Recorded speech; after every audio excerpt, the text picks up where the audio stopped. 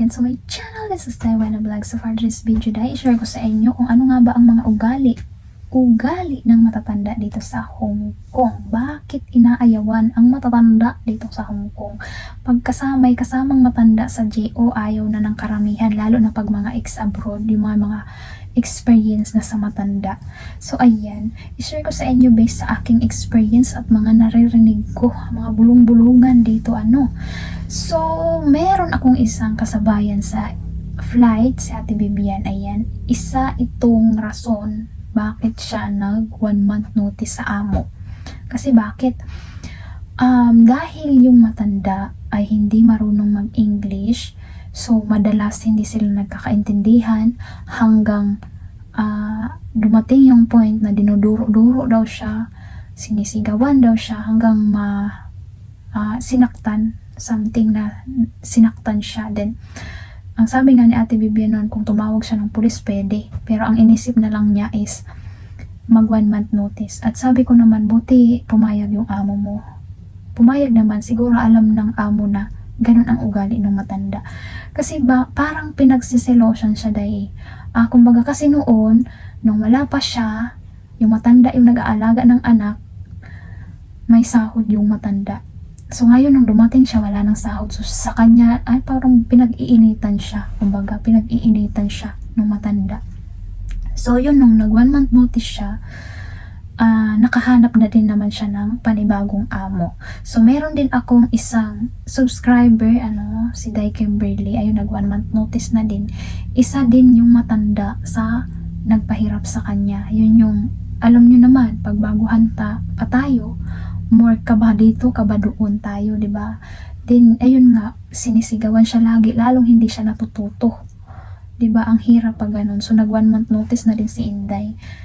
So, ewan ko lang kung maghahanap pa siya ng panibagong amo. So, based sa experience ko, Day, ito yung masasabi ko na hindi naman lahat ay masasama ugali ng matatanda.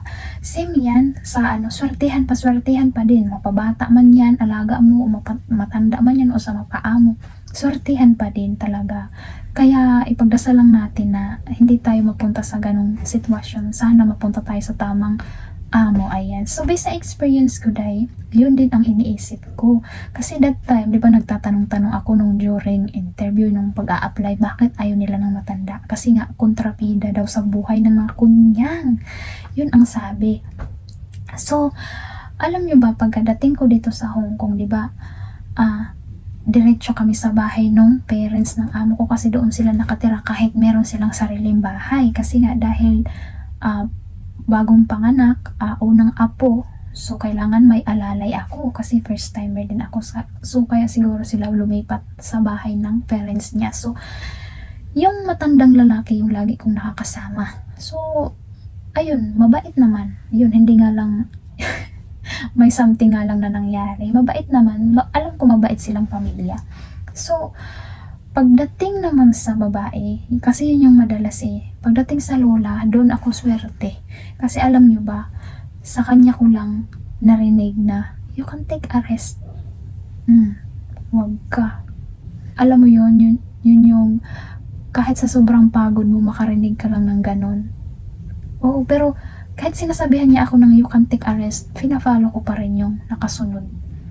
Kasi ang aking schedule dati ay may time bracket. O from gising to ganito, kailangan mo matapos ito. Ganito ito. May time bracket ako. May pahinga ako kuno na 15 minutes. 15 minutes para magmerienda. Ganon ang aking schedule dati nung bago ako. So, alam mo yung bawat galaw mo, syempre pag bago ka, diba? Kinakabahan ka lagi at alam mo yung feeling na pag nag-iingat ka, lalo kang nilalapitan ng disgrasya. Lalo ako nakakabasag that time. So isa pa ito, Day, paano pag nakabasag tayo o nakasira ng gamit ni amo? Yan yung pinaka-iniingat-ingatan ko kasi meron tayong isang subscriber din na day off naman niya, nagbara daw yung bathtub. So pinakaltas sa kanya na ng amo 500. So dapat hindi siya pumayag, ito sa mga baguhan. Kung halimbawa man nakasira tayo o nakabasag tayo ng pinakamahal o mamahaling gamit, hindi nila pwedeng ikaltas sa atin ng kung magkano ang gusto nila, hanggang 300 Hong Kong dollar lang, Day, ha. Ayan, Yan ang tips ko sa inyo. Kasi alam ko naman, pag baguhan pa tayo, uulang tayo ng oo kasi ayaw natin ma-terminate. Pero syempre pag alam natin na labag na yun sa batas, humanap tayo ng buwelo na umalma din. Huwag tayong papaaboso kasi masasanay sila. So, tulad yan, alam nyong 300 lang, huwag kayong papayag na ikaltas ayo 500. Kasi, yun nga ang sabi niya, day off niya nung nangyari yun, bakit daw pinasagot sa kanya? 'Di ba? May mga ganun talagang amo. So, swerte ko naman sa matatanda, sa mga amo ko kasi yun nga, unang basag ko dahil platito na maliit, sumabit sa gripo. Ayun, bumagsak sa ano din, sa plato din. So, siya lang yung nabasag. So, grabe yung kaba ko kasi, syempre, baguhan ka pa lang, dapat, iwas sa mga disgrasya, di ba? Nakaka-minus point yun. Kasi, in 3 months, meron tayong, in 3 months na, observation, adjustment, mga ganyan. So, sabi ko, kabadong kabado ako, pero wag niyong ililihim. Huwag niyong ililihim pag once na nakabasag kayo. Kasi isa din yan sa roles ng amo ko nung sa pinapirmahan sa akin bago ako mag-start, na dapat honest ka. Huwag maglilihim kasi malalaman nila yun. Yun ang So, paano ko ba ito sabihin? Paano ba matanggal na ako nito? Ganyan ako, napaka-nega ko pero kailangan mo talagang sabihin, i-accept mo yun. So, thanks God ako okay, next time mag-ingat ka, sabing ganyan. Kaya alam mo yung yung paglagi ako nag-iingat, lalo akong nakakabasag. May nabasag din ata akong kutsara na ceramic kasi sa kanila, di ba? So from the start, hindi pa naman ako ang nabasag ko lang ata na bonggang-bongga yung isang pot, yung pakuluan ng yung gawa ng soup nung nanganak si amo. Merong isang pot na nilalagay din sa rice cooker. Doon yung nakalagay yung mga soup, yung karne, yung something. Doon sa loob na yun. Ay, sinalang ko naman sa apoy. Ininitan ko ng ulam. Ayun, nabitak. Hindi pala yung pwede sa apoy. Ano ba yan? Sabi ko, wala to sa bukid eh. Alam mo, ang sinabihan ko, hindi si among babae, si among lalaki. Kasi siya yung unang kumbaga natataranta na ako. Sabi ko, paano ko kaya to sabihin? Nag-crack talaga siya dahil bumitak talaga siya kasi ininitan ko ng, kahit saglit lang siya, ininitan ko siya ng ulam. Ayun, sabi ko, patay, paano ko ba to sasabihin? Ayun, si among lalaki unang pumasok sa kusina. Sabi ko, sir, nabasag. Ayun, hindi naman kasi masyado yung nagsasalita, ay hindi naman masyado marunong mag-English kasi pag si among babae, okay lang din naman si among babae. One time nga nakabasag ako ng yung mamahalin na na bowl, alam ko mamahalin yun, nabasag ko kay ang aming kusina habang nagluluto ako, nilagay ko siya, umikot ako, nilagay ko siya, hindi pala umabot yung buong puwet ng sa lababo, laglag yung isang kabilang puwet ng bowl. So, bagsak talaga siya. Nakatalikod na ako, hindi ko na siya na-catch, hindi ko na siya nasalo. So, nabasag yun. So, sinabi ko din agad din, buti na lang ngayon, wala naman na akong nababasag na ngayon. Kasi, ka na kumbaga, komportable ka na sa environment, nasanay ka na sa environment. Dati, lagi kang kinakabahan.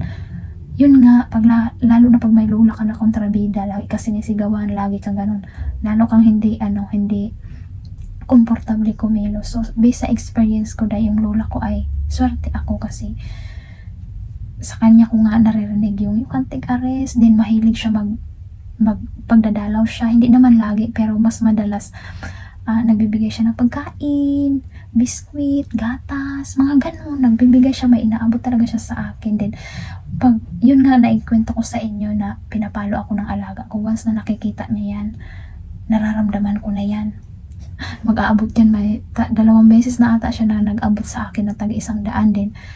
Sabihin niya sa'yo, uwi na, pasensya ka na, ay salamat sa pag-aalaga mo sa mga bata, sa pamilya.